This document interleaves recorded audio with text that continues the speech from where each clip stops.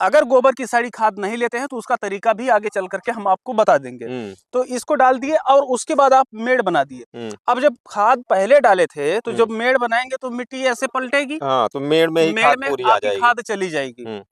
मेड़ में जब आपकी खाद चली गई है तो अब आप बिजाई कीजिए या पौधरोपण कीजिए, आप पूरी तरीके से आजाद हैं। दोस्तों, आज हम सीधा आ चुके हैं देव भाई के प्लाट पर जहां पर तरबूज लगा है और आज की इस वीडियो में हम आपको तरबूज और खरबूज की खेती के बारे में ऐसी जानकारी देने वाले हैं कि यदि आप इस तरीके से तरबूज की खेती करेंगे तो आपके खेत में बम्पर उत्पादन आएगा, रोग और बीमारियां बिल्कुल कम आएंगी और आप बहुत अच्छा मुनाफा तरबूज की खेती से कमा पाएंगे। तो चलिए वीडियो को शुरू करते हैं। हमारे साथ है देव भाई और पूरी जानकारी आपको तरबूज और खरबूज की खेत के बारे में मिलने वाली है। किसान भाइयों को हमारा नमस्कार। आज की इस वीडियो में हम जो अपने खेतों में तरबूज की खेती कई वर्षों से करते आ रहे हैं, इन सब के बारे में डिटेल में बताएंगे। किस तरीके से किसान भाई तरबूज की खेती करें, जो उनकी लागत है यह कम आए और इसके साथ साथ उनकी जो फसल है जल्दी तैयार हो जाए और मुनाफा भी ज्यादा हो। मुनाफा भी अच्छा मिलेगा जी। तो सबसे पहले बात करते हैं शुरुआत से कि इसकी खेती कब करनी चाहिए। देखिए, इसकी जो खेती होती है सामान्यतः जायद मौसम में की जाती है और जो जायद मौसम होता है जब आपकी ठंडी खत्म हो रही होती है और गर्मी आ रही होती है तो उस दौरान की जाती है। इस दौरान भारत में जो महीने चल रहे होते हैं जनवरी, फरवरी, मार्च। जो किसान बहुत अगेती खेती करते हैं वह नर्सरी डाल करके तरबूज की खेती करते हैं, क्योंकि ठंड में इसके पौधे उगते नहीं हैं। तो जनवरी में अगर अगेती करना है तो पहले छोटा सा पॉली हाउस बना लीजिए और पॉली हाउस में बीज डाल करके पौधे तैयार कर लीजिए और फरवरी लगते ही आप प्लांटेशन अपने खेतों में कर दीजिए। और अगर आप ये चाहते हैं कि भाई हम नए किसान हैं, ज्यादा जानकारी नहीं है, रिस्क नहीं उठाना चाहते हैं, तो ऐसी परिस्थिति में फरवरी के पहले सप्ताह से आप लोग डायरेक्ट बुआई कर सकते हैं। ये तो हो गई कि समय की बात। अब जब कोई खेत में खेती करेंगे तरबूज की तो खेत भी बढ़िया होना चाहिए ताकि आगे चलकर प्रोडक्शन अच्छा मिले। तो खेत की तैयारी कैसे करें, मिट्टी कौन सी सिलेक्ट करें? देखिए, ज्यादातर किसान भाई क्या करते हैं, वो ये चीजें ध्यान नहीं देते हैं, लेकिन उनको बहुत जरूरी होता है इन चीजों पे ध्यान देना। तो सबसे पहले हम आप लोगों को बता दें, जो चिकनी मिट्टी होती है, जो ताल वाली मिट्टी होती है, जिसपे फिसलन ज्यादा होती पानी लगते ही, वह मिट्टी सब्जियों की खेती के लिए उपयुक्त नहीं होती है। तो ऐसे में आपको उसमें तरबूज की खेती नहीं करना है। अगर किए तो घाटा संभव है। वो ऐसी मिट्टी जिसमें हवा का मात्रा कम हो, मतलब हवा ना पहुंच पाए, क्योंकि जड़ों को भी ना ऑक्सीजन की जरूरत होती है। तो मिट्टी में पोरोसिटी होनी चाहिए। तो आपको बता दे, ये मिट्टी छोड़ दिए, इसके बाद आप बलुई मिट्टी में कर सकते हैं, बलुई दोमट में कर सकते हैं, दोमट में कर सकते हैं, मटियार में कर सकते हैं और यहाँ तक कि आप नदी में जो बारूद दिखाई देता है आप लोग वहां पे भी तरबूज की खेती कर सकते हैं। होती है। जी। तो तैयारी कैसे करें खेत की? खेत की तैयारी करने के लिए देखिए, बहुत एडवांस मेथड में नहीं जाना है। जब आप लागत कम रखेंगे तब जाकर के लास्ट में आपका प्रॉफिट ज्यादा निकल करके आएगा। लागत आप लाख रुपए पहुंचा दिए और तरबूज से 2 लाख ना निकला तो फेल हो जाएंगे ना। तो ऐसे में लागत कम रखनी है। लागत कम कैसे रखनी है हम आपको बता दे रहे हैं। खेत की तैयारी करने जा रहे हैं तो सबसे पहले आपका जो खेत है ये पूरी तरीके से समतल होना चाहिए। जब आपका खेत पूरी तरीके से समतल रहेगा तो जिस मेथड से हम किए हैं इस मेथड में आप पूरी तरीके से सक्सेस होंगे। पहली गहरी जुताई कीजिए, चाहे कल्टीवेटर से कीजिए या हैरो से कीजिए। जब आप लोग गहरी जुताई कर देते हैं तो इससे क्या होता है, मिट्टी पूरी भुरभुरी बन जाती है। 2 बार फिर रूटावेटर मार दीजिए। अब आपकी मिट्टी एकदम तैयार है और उसके बाद जैसे हम अपने यहाँ नाली बना रखे हैं, आप लोग देखिए, ये नाली से ये नाली की जो बीच की दूरी है यह 12 फीट रखी गई है। मतलब एक सेंटर से सेंटर, हाँ, 12 फीट पे रखे हुए हैं। पे। अब आपकी जुताई है और नाली आपको बनाना है तो खाद कौन सा प्रयोग करेंगे? देखिए, खाद आपको वो प्रयोग करनी है जो सब किसान करते हैं उससे थोड़ा सा हट करके। सामान्यतः किसान या तो जैविक डालेंगे या तो फिर रासायनिक डालेंगे, लेकिन यहाँ पर 2 चीज आपको करना है। रासायनिक के साथ साथ जैविक प्रयोग करना है ताकि आपकी जो खाद है यह बहुत अच्छे से परफॉर्मेंस दिखाए। तो करना क्या है, आप बुआई करने जा रहे हैं या रोपाई करने जा रहे हैं तो 60 केजी डीएपी ले लीजिए। अब ये जो लाइन निर्धारित हुई है इसी पे आपको डालना है खाद। मतलब को पूरे खेत में नहीं डालना है? पूरे खेत में क्या करने के लिए डालेंगे, पौधा तो आपका यहाँ रहता है भाई, यहाँ तो आपका पौधा उगेगा नहीं, तो नहीं। यहाँ पर क्या करने के लिए आप खाद डालेंगे, पौधा यहीं से तो खाद आपका उठाएगा। तो मतलब कि जब हम नाली बनाएंगे तो केवल जहाँ पर नाली बनी है वहीं पर हमको खाद डाल के नाली बना देनी है ताकि जो हमारा पौधा लगे उसी के पास, जड़ों के पास ही खाद रहे। हाँ। अब 60 केजी जो हम आपको डीएपी बता रहे हैं इसके साथ साथ आपको लेना 1 ट्राली गोबर की सड़ी खाद। अगर गोबर की सड़ी खाद नहीं लेते हैं तो उसका तरीका भी आगे चल करके हम आपको बता देंगे।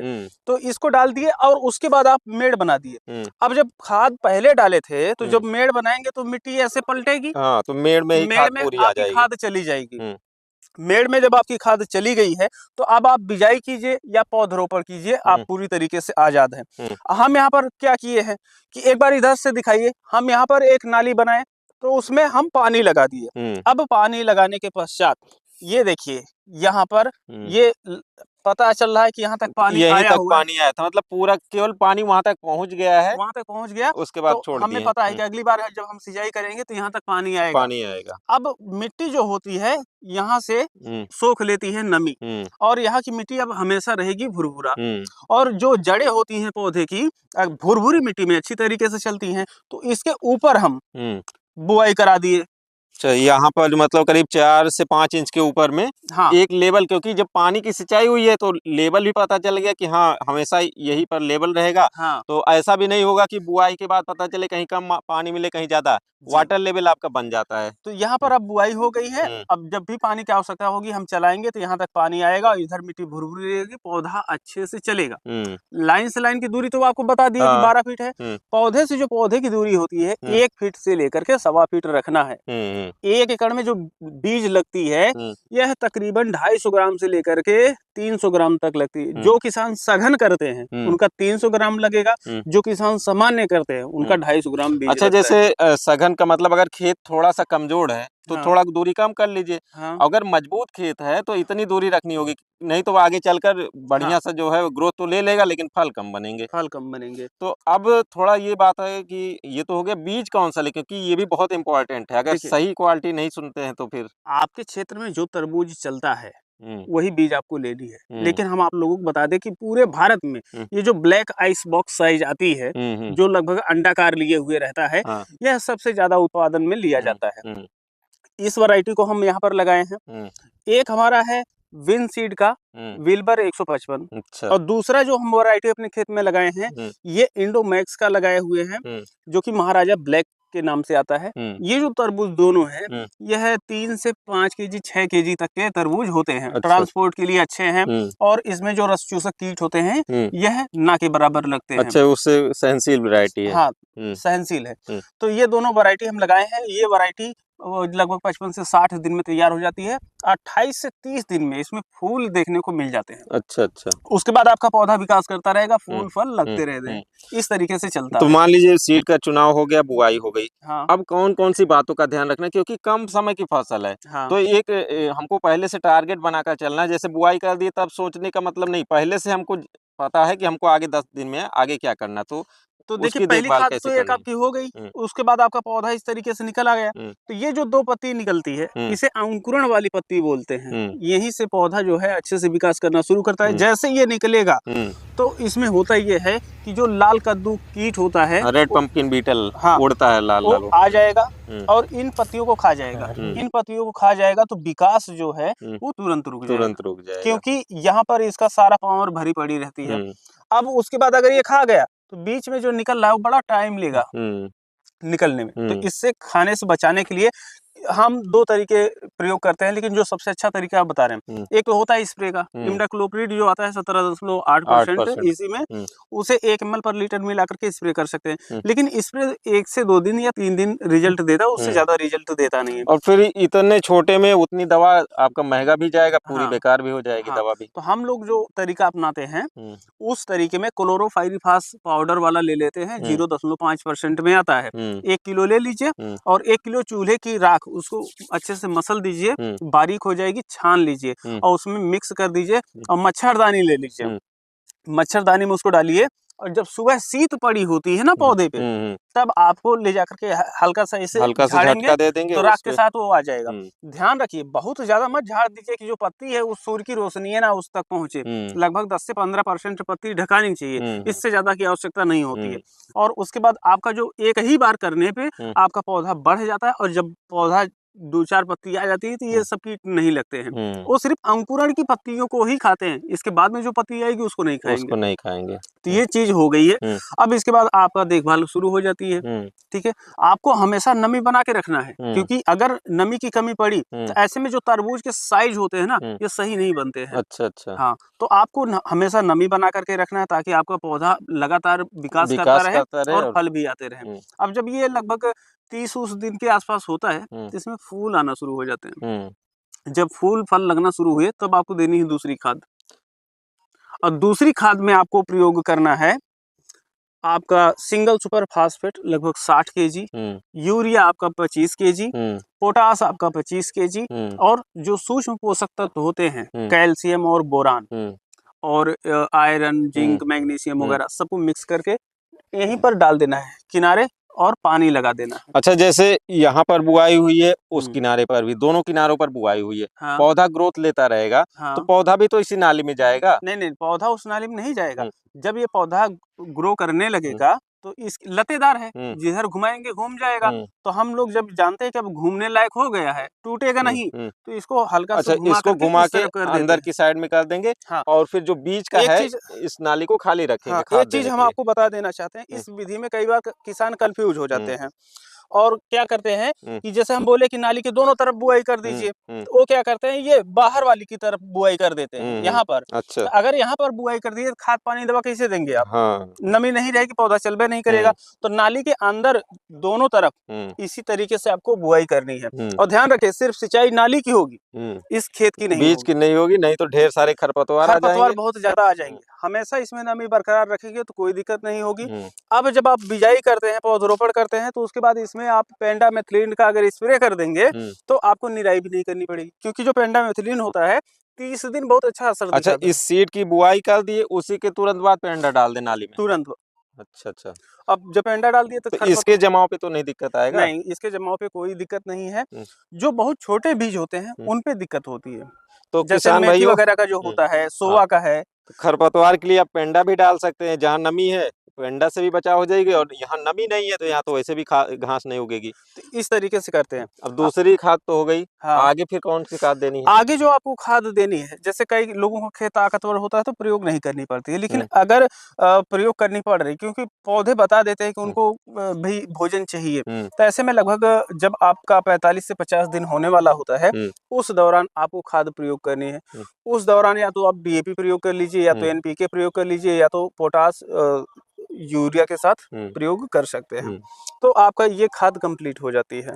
तो जैसे आपने बताया 2 बार और खाद देना है। कोई किसान भाई है उनको तुरंत गोबर की खाद नहीं मिल पा रही, नहीं डाल पा रहे, और बाद में उनके पास खाद है, तो क्या इस नाली में खाद डाल सकते हैं? देखिए, हाँ, शुरू में बताए थे कि हम वो भी तरीका बता देंगे। तो इसमें होता ये है कि जैसे अगर ताजी खाद आपको, मतलब वो सड़ी गोबर की खाद नहीं मिली तो कोई दिक्कत नहीं है, आप उस समय नहीं डाल पाए। जब आप इसकी सिंचाई कर रहे हैं तो उसमें 20 किलो गोबर घोलना है, जो 200 लीटर वाला ड्रम आता है। अच्छा। और उसमें नीचे टोंटी लगा देना है और टोंटी खोल दीजिए जब सिंचाई आप जहाँ कर पर रहे आपकी नाली से पानी आ रहा है वहीं हाँ। पर। और अगर आप पावरफुल बनाना चाहते हैं उसको, उसी में आप ह्यूमिक एसिड जो आता है और जो फुल्विक एसिड आता है, 1 एकड़ के लिए जो डोज रहेगा 1 किलो का रहेगा।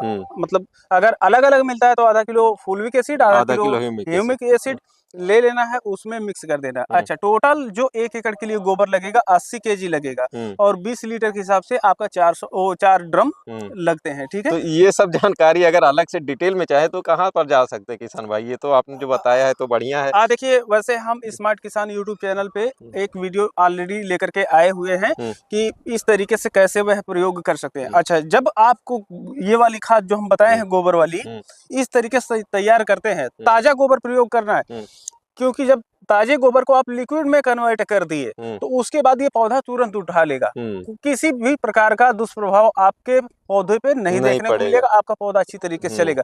लेकिन अगर गोबर डायरेक्ट यहाँ पर पौधे के पास रख देंगे तो नुकसान कर देगा, क्योंकि अब उसमें से गैस निकलेगी, वो नुकसान कर देगी। क्योंकि आज के समय में ये भी देखा जा रहा है ना, अक्सर न्यूज में आ रहा है, भाई यहाँ पर इतना फर्जी कट्टे पकड़े गए, पैकिंग पकड़ी गई। तो थोड़ा सा अगर आप जैविक भी इसी के साथ अपनाएंगे तो बेहतरीन रिजल्ट मिलेगा, बहुत अच्छा रिजल्ट मिलता है। अब आगे जो है, मान लीजिए सब तो बात हो गई, अब जैसे तरबूज आपका निकलेगा भी, लेकिन इस बुआई के बाद फिर आगे चलकर कुछ रोग बीमारियां भी आएंगी, तो उनका कुछ। देखिए, जो तरीके हम आपको बता रहे हैं, इस तरीके में सामान्यतः रोग कम लगते हैं, क्योंकि आप पौधे को पहले ही मजबूत बना दिए हैं। अब हमारे यहाँ जो रोग लगते हैं वो देखिए है फल मक्खी का और रस चूसक कीट जो होते हैं, उसके लिए प्रतिरोधी वैरायटी हम प्रयोग ही किए हुए हैं। और जो तीसरा लगता है वो लगते हैं ये ढोला हमारे यहाँ उसको बोलते हैं, इल्ली बोलते हैं। ये तरबूज के ऊपरी सतह को जो काली होती है, चमकदार होती है, उसको कुरेद कर खा जाते हैं। हालांकि तरबूज को इससे नुकसान नहीं होता है, लेकिन वहां पर सफेद हो जाता है तरबूज, देखने में थोड़ा सा अच्छा नहीं लगता है। तो अगर ये लग रहे हैं तो ऐसे में आप इमिडाक्लोपीड 17.8% और आपको लेना है ये थाइमेथाक्साम, ये दोनों मिक्स करके स्प्रे कर दीजिए, सब खत्म, कोई दिक्कत नहीं है। हाँ, अब फल मक्खी जो होती है, ये कई बार आप देखते होंगे कि जब फल लगना, फूल से फल बनेंगे तो फल की पहली अवस्था में ही जब बहुत नरम होता है, तो जो आपकी फल मक्खी होती है ये उस पे आके डंक मार देती है, तो आपका फल पीला पड़ेगा, सूख जाएगा। तो ये समस्या देखने को मिलती है। इसके लिए कोई स्पेशल दवा ववा नहीं है, हालांकि आप दुकान पे जाएंगे तो कुछ ना कुछ पकड़ा देंगे, कुछ तो देंगे ही। हाँ, अभी पूरी दुनिया में इसकी दवा नहीं है। हाँ, कुछ दवाएं हैं जो प्रयोग कर सकते हैं। वो कौन सी दवा है? वो है फ्रूट फ्लाई ट्रैप। इसमें क्या होता है, जो फ्रूट फ्लाई ट्रैप होता है उसमें मादा मक्खी की जो है गंध होती है, सारी नर मक्खियां आती हैं उसके पास और उसी में मारी जाती है, क्योंकि उनमें जहर भी होता है। तो आपको जो तरबूज के लिए फ्रूट फ्लाई ट्रैप होता है मेलन वाला, वही लेना है। अगर आप ये लौकी का खीरा वाला लगा दिए तो ऐसे में आपका फिर डिस्टर्ब कर देगा। तो आपको मेलन कैटेगरी का ही जो फ्रूट फ्लाई ट्रैप है यह प्रयोग करना है। 1 एकड़ में तकरीबन आपका लगेगा 7 से 10 पीस, और जो कि लगभग 500-600 रुपए के आसपास आ जाता है।